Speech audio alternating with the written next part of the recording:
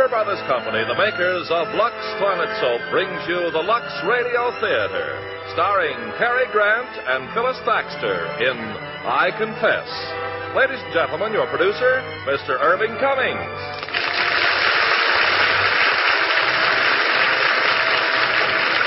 Greetings from Hollywood, ladies and gentlemen. Tonight's play, I Confess, has one of the most unusual plots for sustained interest and suspense I have ever seen. And of course, when that master director, Alfred Hitchcock, adds his individual touch to the action, it's bound to be another screen hit for Warner Brothers.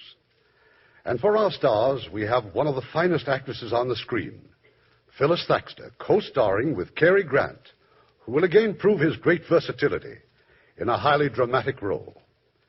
You know, there's no soap quite like mild and gentle Lux. Lux toilet soap has been a Hollywood custom for years. Once our glamorous Hollywood stars start using Lux, they won't use any other soap. And once you start using it, you'll know why 9 out of 10 screen stars depend on Lux soap for their complexion care. Now, I Confess, starring Cary Grant as Father Michael Logan and Phyllis Thaxter as Ruth.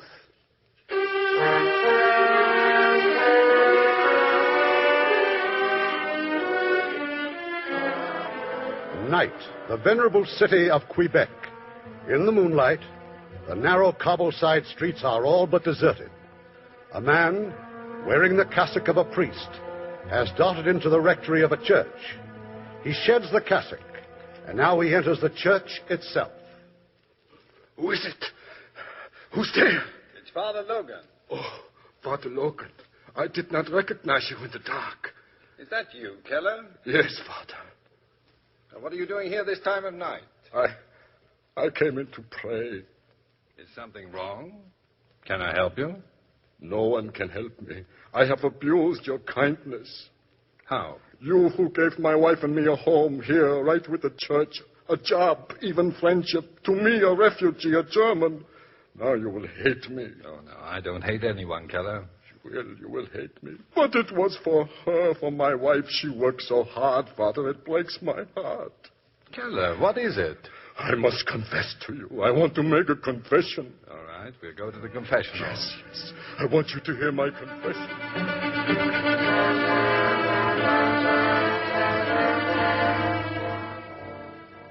So, you've been to the house of Mr. Villette.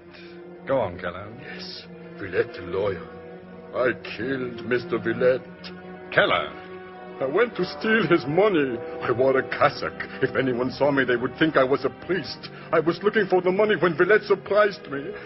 I did not mean to kill him. You must believe me, Father. I did not mean to kill him.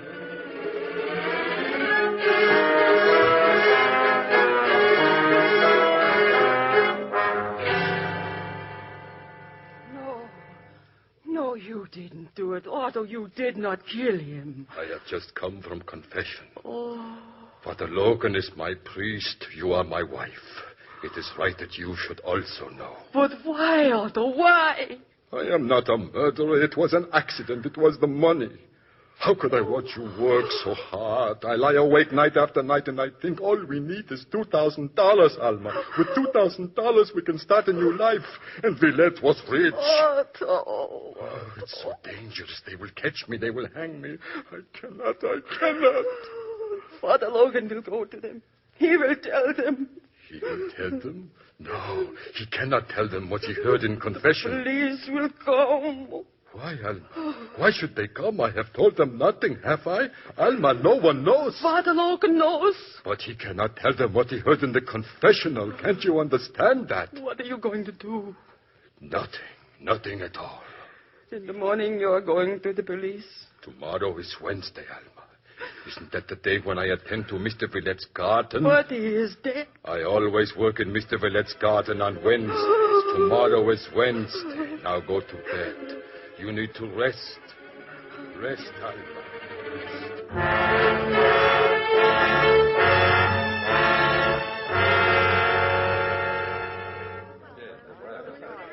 Can I help you, Father? We're trying to keep this crowd away from the house. You are the police? Yes. You've heard, haven't you? Mr. Villette's been murdered. Yes, I had an appointment here this morning. With Villette? Yes. Is there anything I can do? Well, if you had an appointment, you better go in the house. Do you mind? Not at all. Inspector LaRue's in there. Maybe he'd like to talk to you. This way. All right.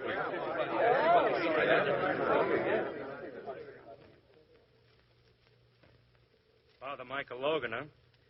What church, Father? The Church of Sainte Marie, Inspector. Well, how are Father Millet and Father Benoit? They're both very well, thank you. Good. So you had an appointment with Villette? Yes. Anything special? No, there was something You've heard what's happened, of course, Father. Oh, we've got Keller in the next room. Keller? He works at the rectory, doesn't he?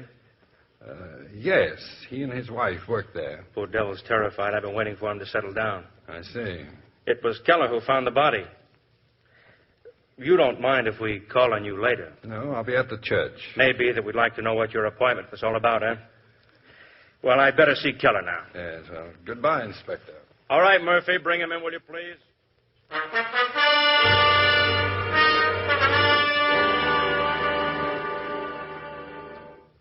have told policemen. I have told them everything. Now, there's no need to be frightened, Keller. Now, how did you find the body? This morning I arrived as usual at 8:30. I came inside. You have a key to this house? No, the door was open. It frightened me. An open door? Why? The door was always locked.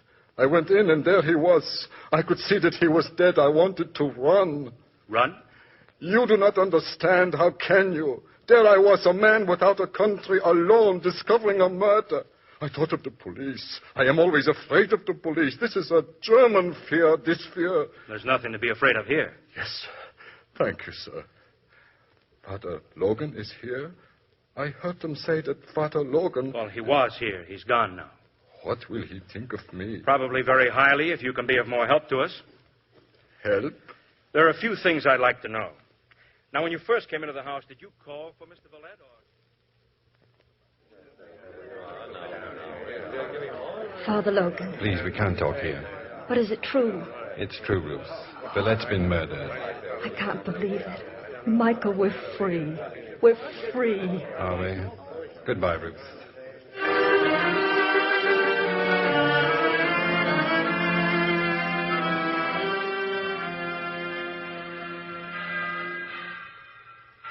Father Logan? Come in, Keller. The police, they sent me home. I must talk to you, Father. Why? Why did you come to Villette's house?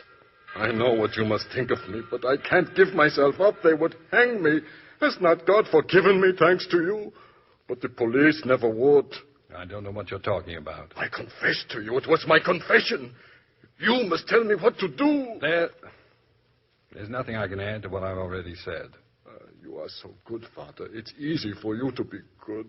Have you no pity for me? Otto? Alma? Father Benoit, he asks, will you please mend the tire on his bicycle? Yes, right away. The front tire, you left it at the back door. Please, Father. You'd better go now and fix the tire.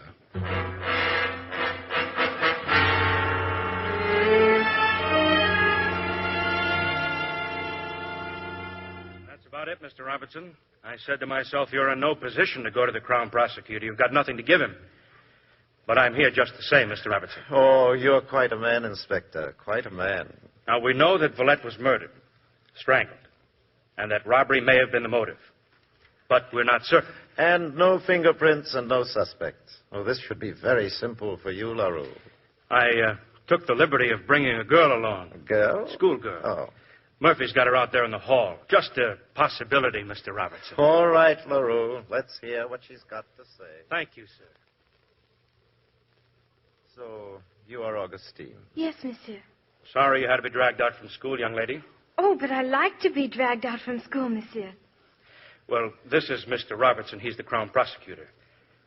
Now, your mother called to say that you passed the Villette house last night. That's right. And what time was that? 11 o'clock. A little after 11.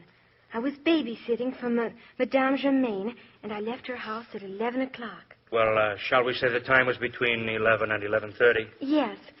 And I saw someone leaving Monsieur Villette's house. A man.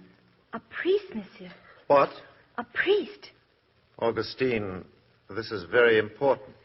Are you sure? Quite sure, monsieur.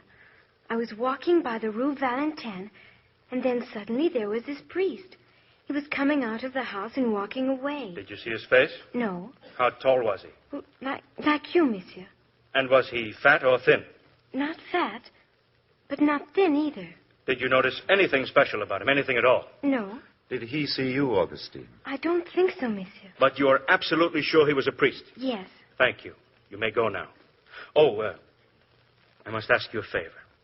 I don't want you to say anything to anyone about this. Promise? Oh, yes, monsieur. Goodbye. Goodbye, little one. And if you should need me again... Yes? It would be very nice if you could drag me out of school. You know what this means? We'll have to check every rectory in town, find out which priests were out late last night. It's ridiculous to think a priest would be involved. LaRue, you don't really think it could be a priest? Yes, maybe. There was a priest this morning who... Well? Nothing. I'll have to check further. But don't be so mysterious. Well, I should know something more by tomorrow. Good day, Mr. Robertson. And thank you.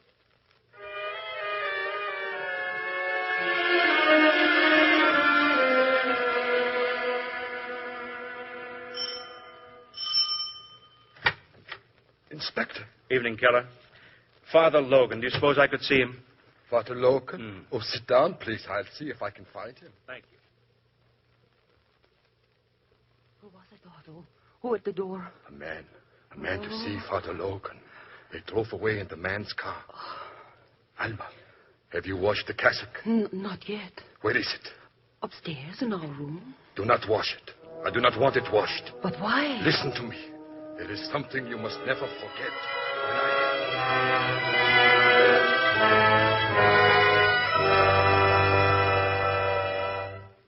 I suppose we might have had this little talk at the rectory, Father. Hope you don't mind coming here to my office. Not at all. As long as Father Millet knows where I am. You told him? Yes? Unpleasant bit of business, isn't it, Father? If there's anything I can do... Well, just a few questions. Now, how long have you been at Saint Marie's? Nearly 3 years. You know, I guess I've known Father Millet for 25 years. I was a choir boy when he was over at the Basilica. Yes, he told me tonight what a fine voice you have. He's just forgotten, that's all.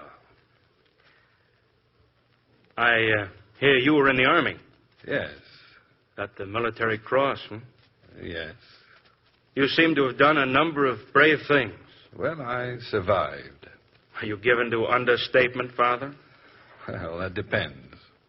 Now, this case, this Villette murder, it's all understatement so far. You knew Villette, right? Yes, slightly. Well, then maybe you can help me. What was he like, Father? Oh, I didn't know him well. Well, did you know him socially or in a business sort of way? Actually, neither. I met him once many years ago. Cigarette? Thank you, no. It's a funny thing. No one seems to have known this Villette, really known him. Yet he was a lawyer, had clients. Not one of them has any information that means anything. May I ask what you were going to see him about yesterday morning? Well, that was a personal matter. Well, were you acting for someone, Father? One of your parishioners, perhaps? I can only tell you that my visit had nothing to do with Villette's death. Oh, of course it didn't. But you do understand, don't you, that I must consider every scrap of information? Yes. When a crime's been committed, each scrap of information is important to us. Of course. I know sometimes it seems like prying. It can be very embarrassing. Oh, I'm not embarrassed, Inspector. Good. Well, I've been wondering about that lady you met outside Villette's house. She was in that crowd out there. I just happened to glance out the window when I saw you talking to her. Inspector, the appointment I had with Villette could not be of any importance to you. Oh, but we're not discussing that at the moment, Father. You see, with a murder, one has to jump from one detail to another. Forgive me, I guess I jumped too abruptly for you. Well, perhaps I just don't follow as fast as you jump. I'm sorry. See, I have a methodical mind. I have to take things one by one. Well, about this lady you met out there on the sidewalk. I wish I could discuss it, but I can't. May I ask who she is? She isn't involved. Excuse me, Father, but that's something for me to decide. I know. But you'll have to take my word for it. She's not involved. Your word. I respect your word. But I need help. I'm not able to help. I see. I just don't want all this mystification to make things too awkward for you, Father. Awkward for me? A priest was seen leaving Villette's house at the time of the murder. I saw a priest outside Villette's house the next morning. Well, Father? Well? Too much mystification might lead one to believe that both priests were one and the same, mightn't it? What do you have to say? What would you want me to say? That's up to you. Well, then, I say that a man of intelligence would not be led to believe anything on so little evidence. You're perfectly right. We've checked on every priest in Quebec. Each can account for his movements at the time of the murder. That is, each, except one. Where were you at 11 o'clock, Father? I was walking. Alone? No. Good. Now, if you'll just give me the name and address of the person. I can't. Father, don't you want to help me? I've done my best. But you refuse to answer my question. I know, and I'm sorry, but it isn't possible for me to answer them. It's a pity. A great pity. But I thank you for coming, Father. Good night. Good night, Inspector.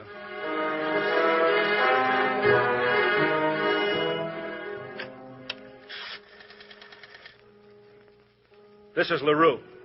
Get me Mr. Robertson. Yes, the Crown Prosecutor. Try his house. If he isn't home, find out where he is. I've got to talk to him.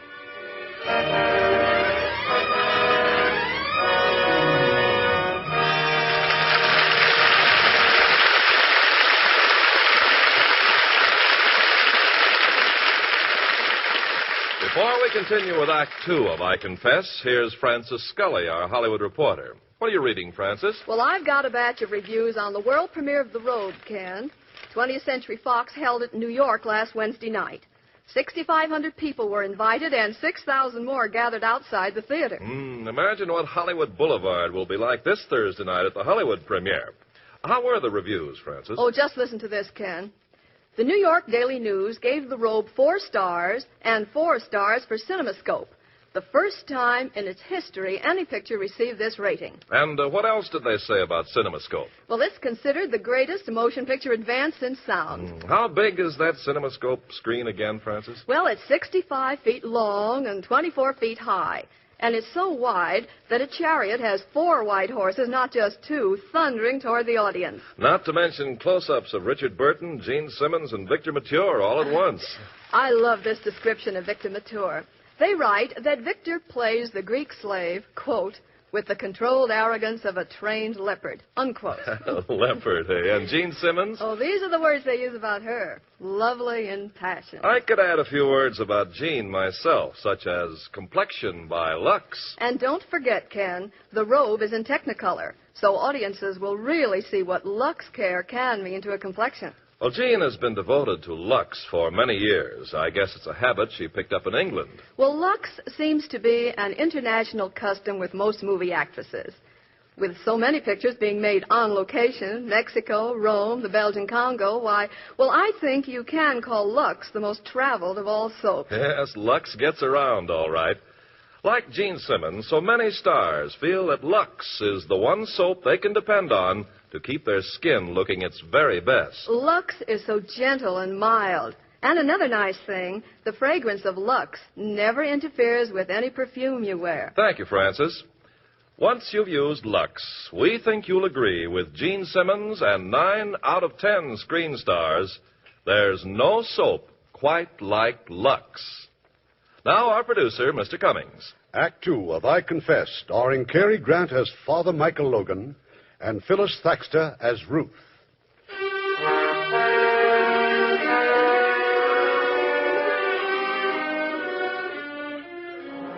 It's a few moments later.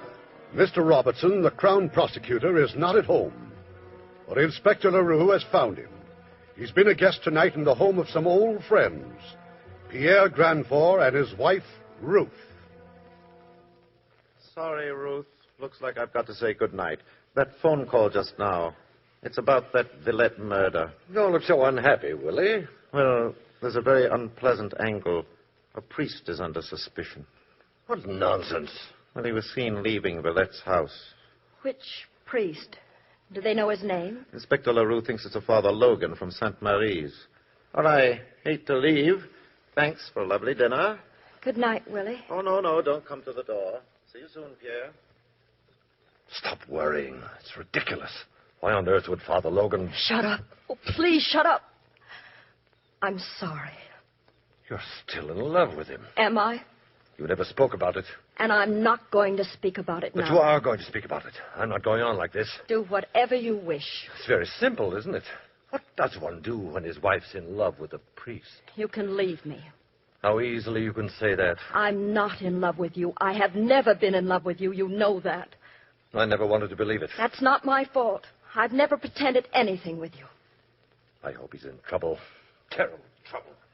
Oh, Michael. Michael.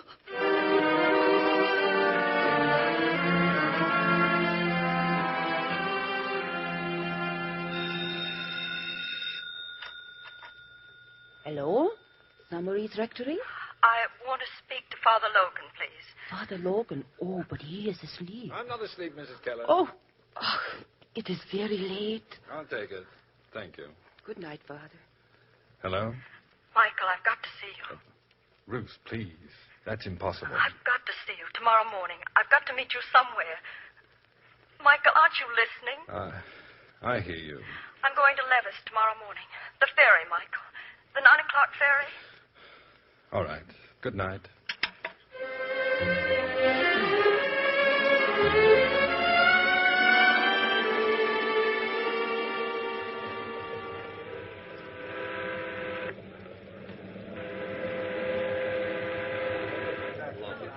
Good morning. Good morning, Father Logan. Walk over here. We shouldn't be seen together for your sake. I had to see you. Ruth, the police have been questioning me. They saw the two of us talking outside of Villette's house. They're trying to find out who you are. I don't care. I've got to tell you, you're being suspected. I know that. The only thing is for me to tell them that you were with me that night. You can't. They want to know why. I'll tell them everything if I have to. You've got to think of yourself. You've got to think of your husband. Think of him before I think of you. I've never been able to do that. You must. It's too late to think of him. I'm not that good. I love you. I've always been in love with you. I know it's wrong, but I can't help it. Do you want me to lie to you? I don't want you to lie to yourself. I haven't changed, Michael. I've been married 7 years, and I haven't changed. But I've changed. And you must understand. I'm a priest. I chose to be what I am. I believe in what I am. Michael. Ruth, I want you to see things as they are and not go on hurting yourself. Don't pity me. Our meeting like this is wrong. It's all wrong. It won't happen again. I won't bother you again. Goodbye. Ruth.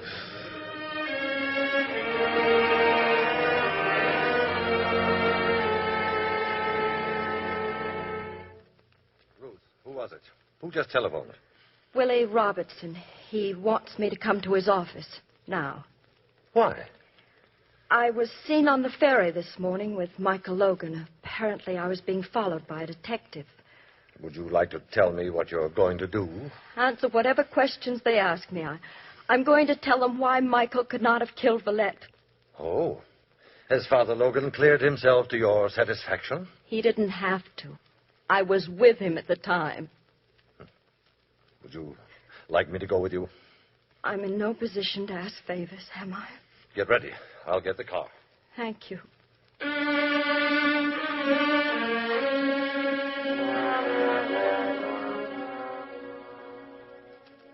Ruth, Pierre, I'm so terribly sorry about all this.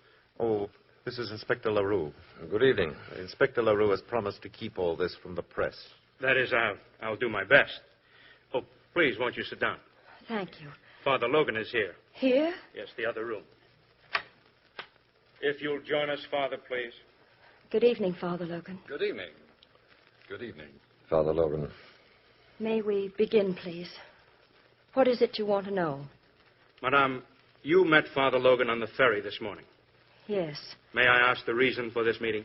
I don't think the reason could help you, Inspector. You also met Father Logan on the morning following Villette's murder in front of the house. Yes. And the reason for this meeting? I had an appointment with Monsieur Villette.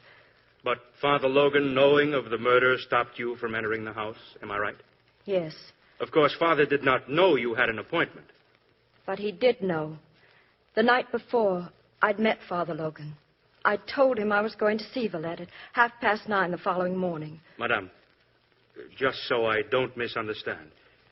You met Father Logan on the night that Villette was murdered? Yes. Where? We took a drive in my car. At what time, please? Between 9 and 11. Are you sure of the time, Madame? Yes, I came home just after 11. My husband had come in just 5 minutes before. That's correct, Inspector. You told your husband that you'd just seen Father Logan?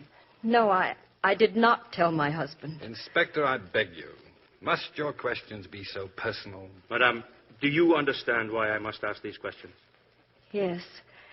And I came here to tell you that Father Logan could not have been involved in Monsieur Villette's death, because I was with him at the time.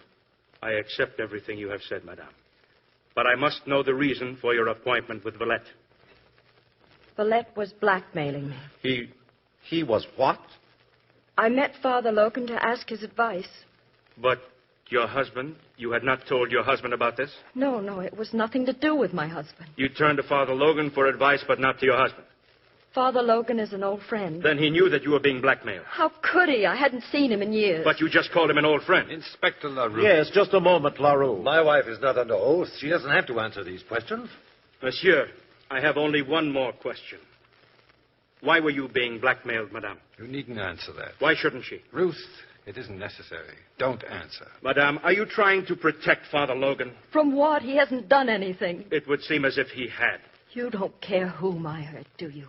Just as long as I answer your questions. Madame, a man has been murdered.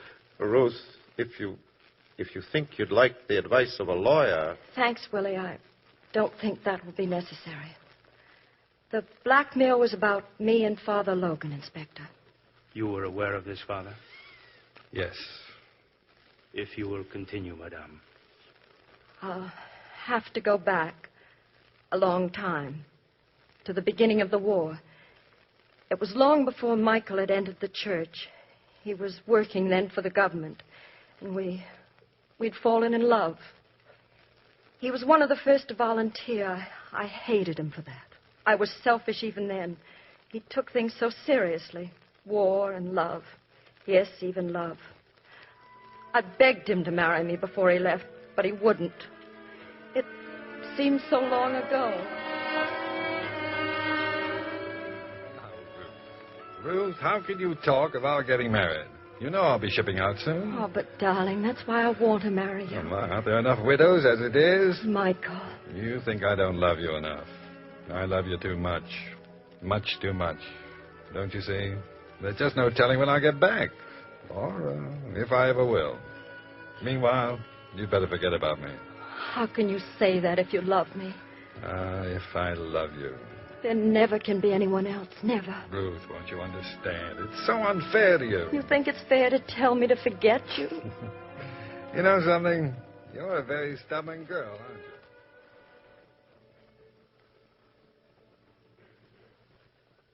you? His letters were long at first, but after a while there were no letters at all. Nothing, not a word, for over a year. Meanwhile, I had started working for my future husband. Pierre he was... Ruth, you don't have to tell them. You don't have to tell them anything more. I want to. You were very kind to me, Pierre. You realized I was unhappy. And like all kind people, you never asked me why. I was in love with you. Anyway, 6 months later, we were married. When the war was over, Michael came home. I was at the dock the day the boat arrived. We arranged to meet the following afternoon. It was a lovely day, the end of the summer. We took the ferry and went over to the island. We started to walk, and Michael told me the thoughts that had come to him during the war. The war had changed him. Then suddenly a storm came.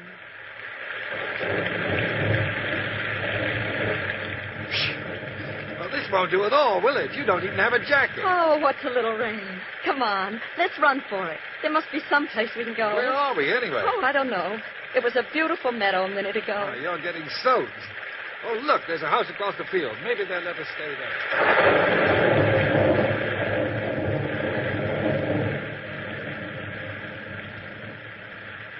The house was closed, Inspector. Locked. The storm grew worse. There was a summer house in the garden, a roof and lattice and ivy. It was the only shelter we could find. Sometime during the night, the rain stopped. It was sunlight that awakened me. Michael was seated at a table, his head on his arms. He was still asleep. And then a man came walking through the garden. Hello. Well, I've been entertaining guests, I see. He called again, and Michael wakened. What a charming rendezvous. I trust you and the lady were not disturbed during the night. But what a compromising situation, monsieur. Michael, no, don't. He only defends your honor, madame. Get out. Get out? From my own garden? That doesn't give you the right to insult Madame Grandfort? Oh, yes, I know, madame. Ruth? That is, I know of her husband, the distinguished member of Parliament. I've seen you quite often, madame, waiting for him in your car.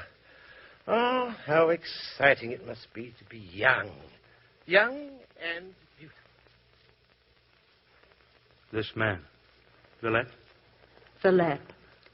What could I say to Michael? I hadn't told him I was married. Father? Let her continue. I didn't see Michael again for 5 years, nor Villette either. Not till the day that Michael was ordained a priest. Villette attended the ceremonies. And after that, I started to run into him all the time. One day as I left the house, he was waiting for me on the sidewalk. And those are the facts, Madame Grandfort. If I don't act quickly, there'll be a terrible tax scandal. Only your husband can help me. Then go to my husband. There's nothing I can do. But your husband is so righteous, Madame. You could persuade him to use his influence, couldn't you? You can't be serious. Madame, must I tell your husband about you and Father Logan? Must I? There's nothing you can tell him. We did nothing wrong. Think it over. I'll give you 24 hours.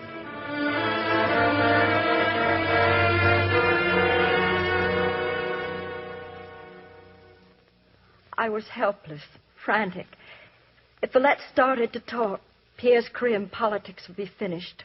Michael might be unfrocked. I thought that maybe Michael might help. I telephoned him at the rectory.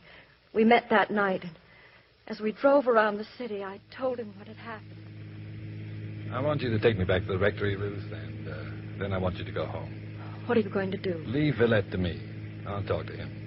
Can you meet me in front of his house tomorrow morning, say at 9:30? Yes, of course. It'll be all right, Ruth. Villette will listen to reason. Don't worry about it anymore. So that explains your appointment with Villette. Yes, I see. I arrived at 9:30. I couldn't understand why the crowd had gathered. Then I saw Michael, and he told me Villette was dead. I couldn't believe it. I was free. The rest you know. Some of it, anyway. Inspector, may my wife leave now? Certainly. Father Logan has his alibi now, doesn't he, Willie? Of course. Thank you. Ruth, come. Good night. Thank you, Madame, for your help tonight. Yeah, Willie. Would you like to go now, Father? I said, would you like to go now? Go? It's been a terrible ordeal. We're very grateful. Yes. Well, good night. Well, it's over, Inspector. Is it, sir? I'd like you to see this report. What report? Dr. Bonnard, the autopsy surgeon. He claims that Villette could not have died before 11:30. Now, wait Madame a moment. Grandfort said that she left Father Logan at 11. You can do a lot of things in 30 minutes. I had never quite understood why Father Logan should have killed Villette. But now I think I can understand.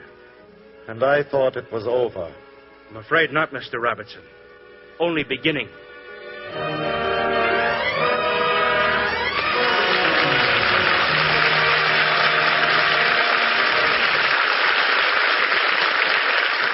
We'll continue with Act 3 of I Confess in just a few moments. Now we're going to meet lovely Joan Weldon, who was signed by Warner Brothers while singing in Song of Norway. What singing haven't you been doing lately, Joan? I'm in So This Is Love, Mr. Cummings, but I don't sing. I'm actually more interested in becoming a dramatic actress like Barbara Stanwyck. You don't come any better than Barbara. I saw her in the new Milton Sperling production, Blowing Wild, at the studio recently. Gary Cooper, Ruth Roman, and Anthony Quinn are stars in it, too.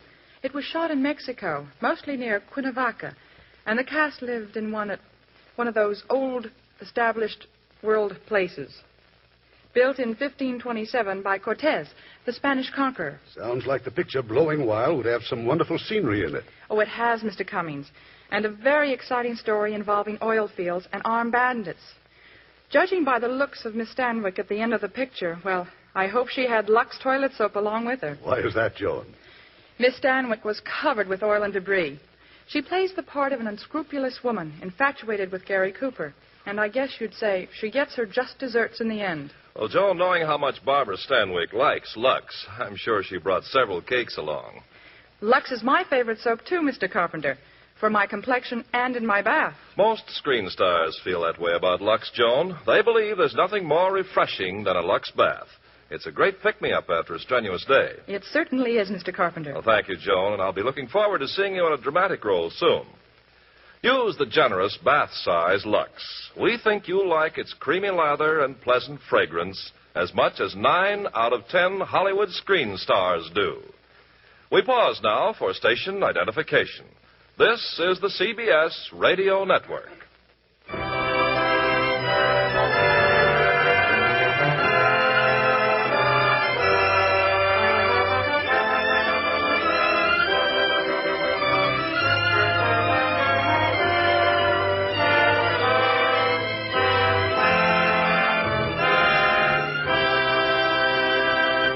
The curtain rises on Act 3 of I Confess, starring Cary Grant as Father Michael Logan and Phyllis Thaxter as Ruth.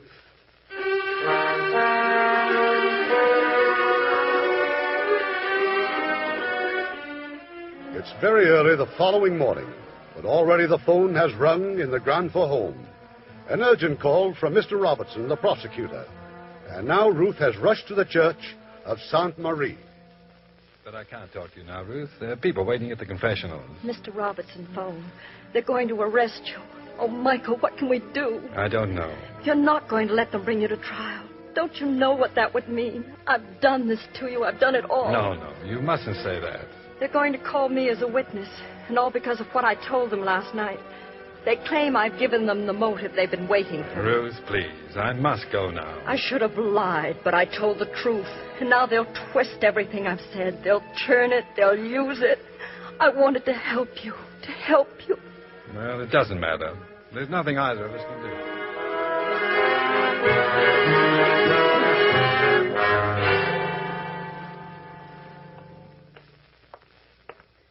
Father Logan. Keller? What is it? I can talk to you now. You are through with confessions? Yes. You have been talking to the police. They asked about me. You told them about me? I'm going to be arrested, Keller. You? You are trying to frighten me. You think by telling me that I will give myself up. So what are you going to do when they arrest you? I don't know. You are frightened. Maybe they will hang you instead of me, and that frightens you. But you can't tell them, can you? You can't tell them as long as you are a priest.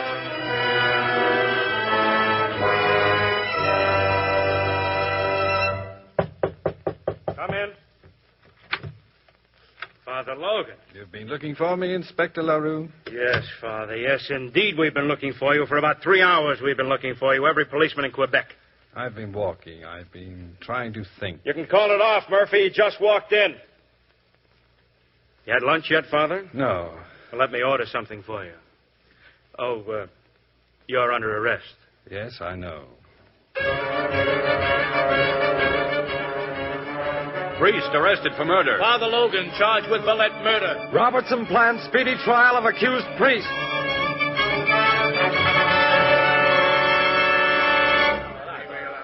So, if you will tell the court once again, Sergeant Murphy, where did you find this priestly garment, this cassock? The rectory, sir. Father Logan's room. I found it hidden in his trunk. Hidden? Objection, my lord. On what grounds can the witness claim the article was hidden. Sustained. Sorry, my lord. The Crown is content to establish only the fact that the cassock was in the accused's trunk. Now then, Sergeant, what did the police do with this cassock? We sent it to Dr. Bernard, pathologist at Laval University. I have his signed report here, sir.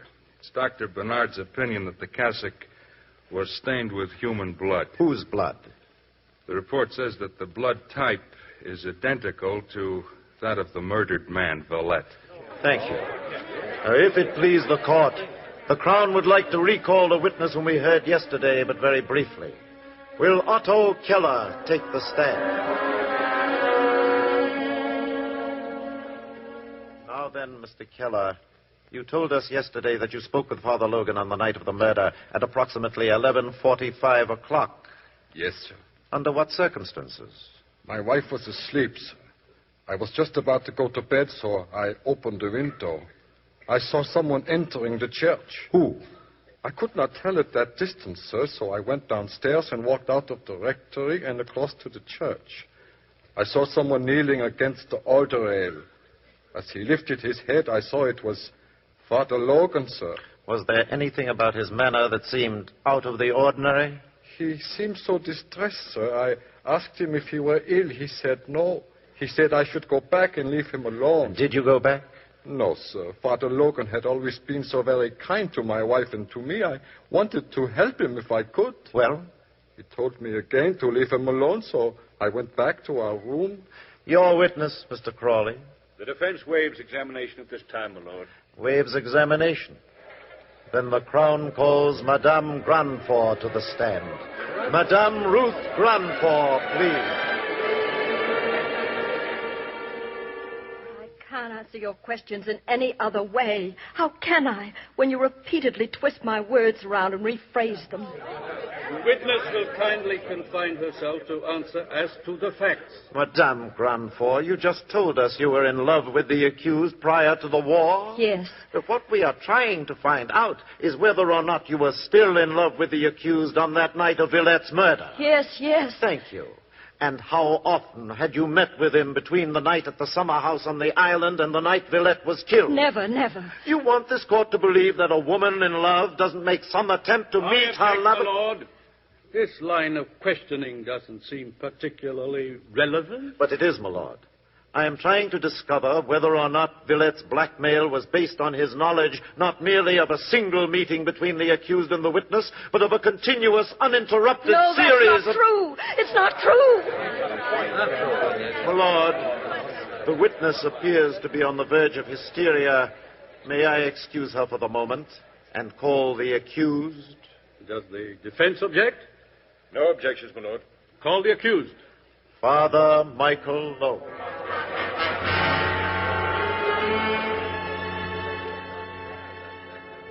Suppose we begin with the cassock, Father Logan. This is your cassock. No, sir. It is not mine. Then perhaps you borrowed it from someone? No. Yet it was found in your trunk. Someone must have put it there? Yes. Can you help us by suggesting who? I can't say. Father Logan, when did you decide to become a priest? After the war. And in becoming a priest, were you perhaps trying to hide from something? I've never thought of the priesthood as offering a hiding place. It involves certain responsibilities, certain morality. Yes. And yet you saw nothing wrong in having a clandestine meeting with a woman. Are you trying to imply that I was a priest at that time? I was not a priest. But did you consider that this woman was married? I wasn't aware that she was. And so you spent the whole day with her? Yes. We were good friends. I hadn't seen her in over 3 years. Such good friends that you made no effort to go home that night? We were caught in a storm. Oh, then the storm was the villain. I saw nothing wrong in being caught in a storm. Nothing wrong. Then why, on the following morning, did you hit Villette with your fist? Were you anxious to protect Madame's reputation? Yes. Oh, then her reputation was endangered. You suddenly realized there was something more than merely being caught in the storm. Villette made insinuations. My argument with Villette had nothing to do with any sudden realization. But you hit him in anger. Yes. You hit a man when he merely intruded upon a harmless situation. then surely you are capable of far more violence when that same man blackmails your friend, Madame Grandfort. I am not capable of murder. You would go to such a man, and unable to control your temper, unable to face a public scandal, you would turn again to physical force. No, I would not. No, you would not. You say that you and Madame separated at 11 o'clock on the night of the murder. That's right, yes. Then it was possible for you to be at Villette's house by 11:30. Yes, it was possible, but I did not go there. I went back to the rectory. And what did you do, Father Logan? I went up to my room. Then I went downstairs and into the church. Did you see anyone there? Otto Keller. But Mr. Keller has told the court that the time then was 11:45 or after. That isn't true. Then perhaps you are prepared to tell us the truth. I have told you the truth. That is all you have to say. That is all. And I say that you did not return to the rectory until 11:45 or after, that you had met with Villette, that he threatened you with exposure, and that you then proceeded to kill him. No. No.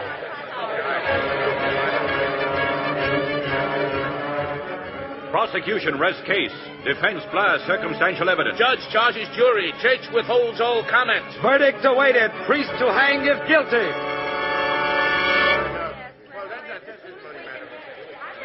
Silence! Silence! Everybody stands. Gentlemen of the jury, are you agreed on your verdict? We are. Is Michael Logan guilty of murder or not guilty? While we attach grave suspicions to the accused, we cannot find sufficient evidence to prove that he actually killed Monsieur Villette. Our verdict is not guilty. Silence! Silence!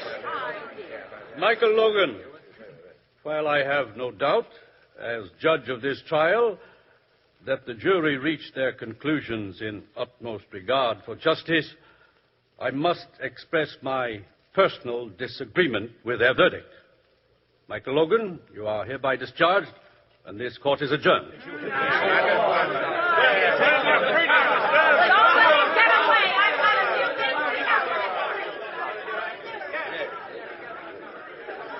Well, LaRue, I told you the cassock wouldn't be enough. They've ruined him. Why couldn't they just have said not guilty and let it go at that? Are you satisfied, Willie? Are you satisfied with all this? Do you think I enjoyed it, Pierre? Someday, perhaps, you and Ruth may forgive me. Ruth? Here, look.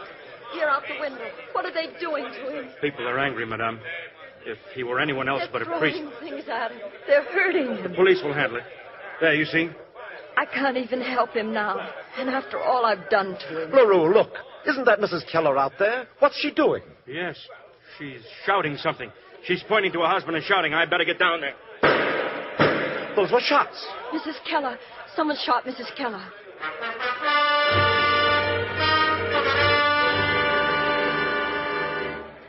What is it, Murphy? What happened? She was running toward me, Mrs. Keller.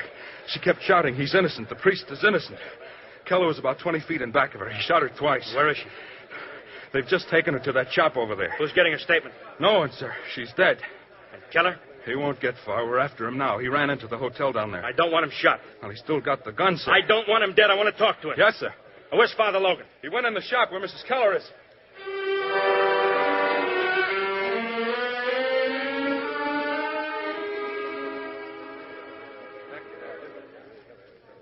Well, Father? All she was able to say was, forgive me. We should have Keller in a few minutes. Now, what about him? I'm not sure what you mean. Why did he shoot his wife? Why did she say you were innocent? I can't answer that. Keller worked in the rectory. He also worked as Villette's gardener. What else can you tell me about him? Will you let me try to talk to him? We've got to catch him first. All right, Father, come along. He's somewhere in the hotel. Thank you. What are you trying to do, Father? Protect him? I think we better go to the hotel.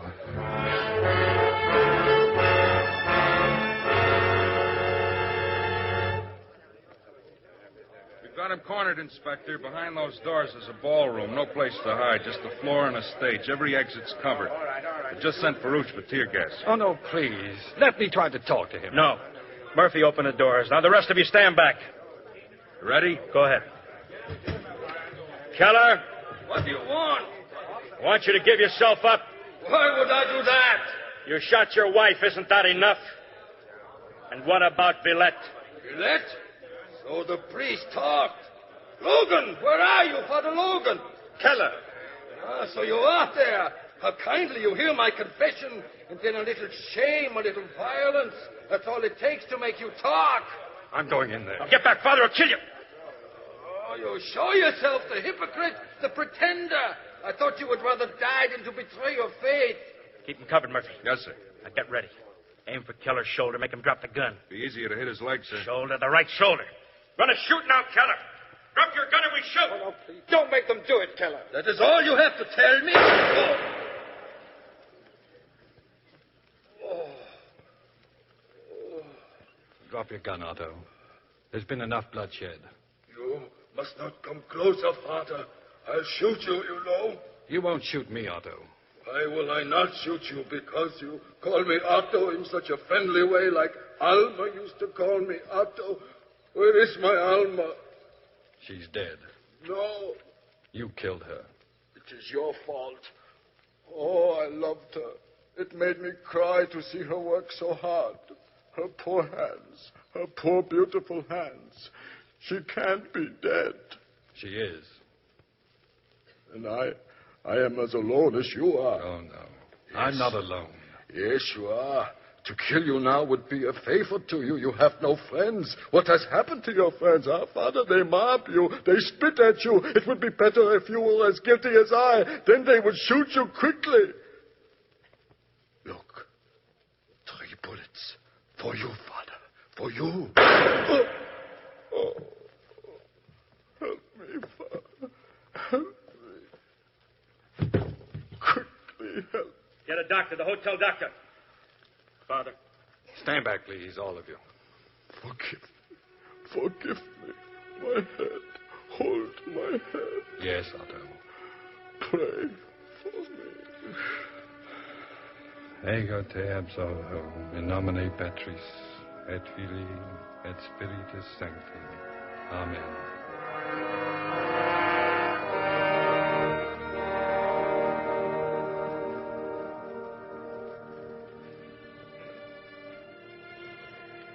Michael. It's all over. Yes. I want you to know I'm going home with my husband.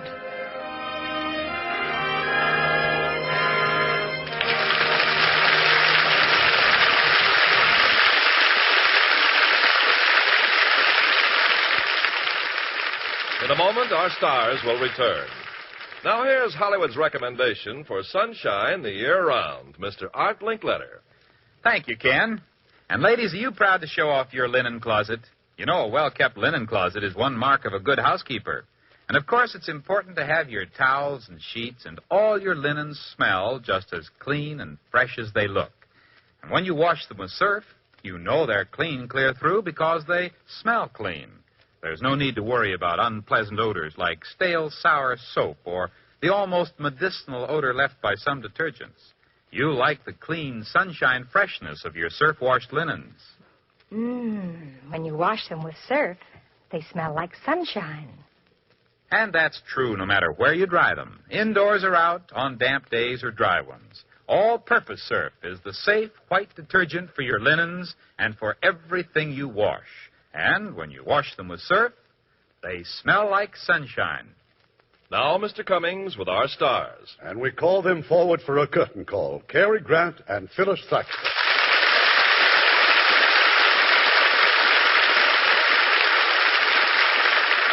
Cary, I certainly enjoyed your work in a dramatic part. I think people are inclined to forget what a fine dramatic actor Cary is. Well, of course.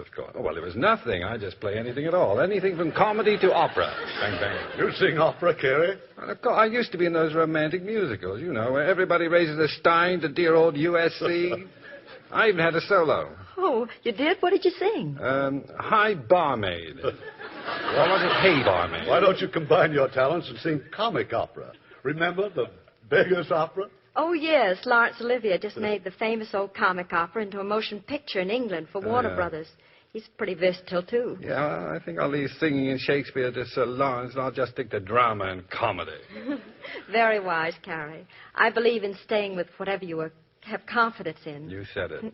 That's why I've always been a devoted fan to Lux toilet soap. It certainly is a dependable complexion care. We can always depend on the Lux Radio Theater for the best in motion pictures. So, what's for next week, Irving?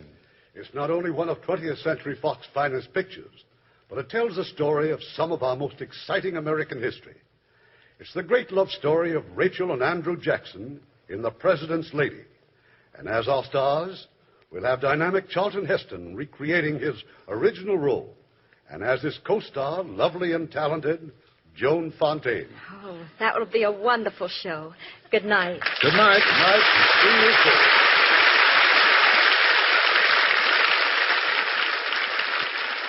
Good morning, honey.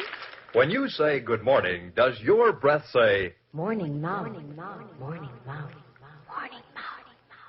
It won't if you use Chlorident toothpaste. Chlorident absolutely gets rid of that stale, furry taste that's a sure sign of bad breath. Some toothpaste only mask bad breath temporarily. But with Chlorident, that wonderful, clean, fresh feeling tells you your breath is sweet, even hours later. Chlorident hasn't got a little dab of chlorophyll. It's loaded with it. And it's got a patented polishing agent that cleans better than any other toothpaste formula, bar none. A great university proved it. Anti-enzyme? Certainly. One brushing stops dangerous acid formations that cause decay for 9 out of 10 people for hour after hour after hour. So to get rid of morning mouth, get Chlorident. Then when you say good morning, your breath says clean and fresh. Lever Brothers Company, the makers of Lux Toilet Soap, invite you to be with us again next Monday evening when the Lux Radio Theater presents Charlton Heston and Joan Fontaine in The President's Lady. This is Irving Cummings saying good night to you from Hollywood.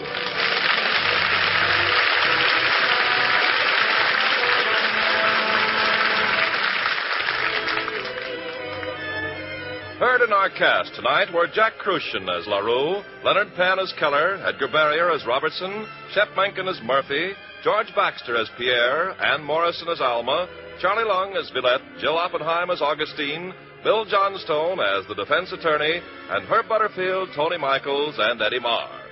Our radio play was adapted by S.H. Barnett, and our music was composed and directed by Rudy Schrager. Well, Francis, why that big smile? Well, I just sort of found $10. What do you mean, sort of? Well, I did some figuring, Ken, and came out $10 ahead. Great. How'd you do that? Well, it's like this. I buy about 15 pairs of nylons a year. I spend, $1.25 to $1.35 a pair. Say $20 a year for stockings. Now, like any smart gal, I give my sheer nylons Lux Flakes care and get double the stocking wear. So I cut stocking costs in half and save $10 a year. Now, isn't that money found? You bet it is, Francis. And any woman can do it just by giving her delicate nylons gentle Lux Flakes care. So don't wash your nylons harshly in wash day products. You see, Lux Flakes keep nylon threads strong and elastic, so they're less likely to break and cause runs. That's why 96% of stocking manufacturers recommend Lux Flakes. And Lux Flakes are guaranteed safe by Lever Brothers. Remember, if you want double your stocking wear, be sure to use Lux Flakes Care.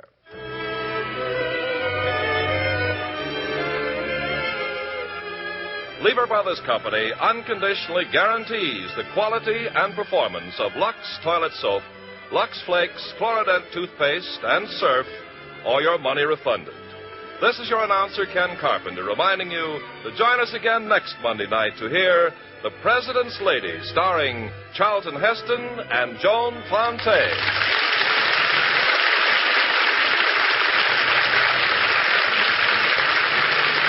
Every Thursday evening, Lever Brothers Company brings you the Lux Video Theater. Consult your local newspaper for time and station.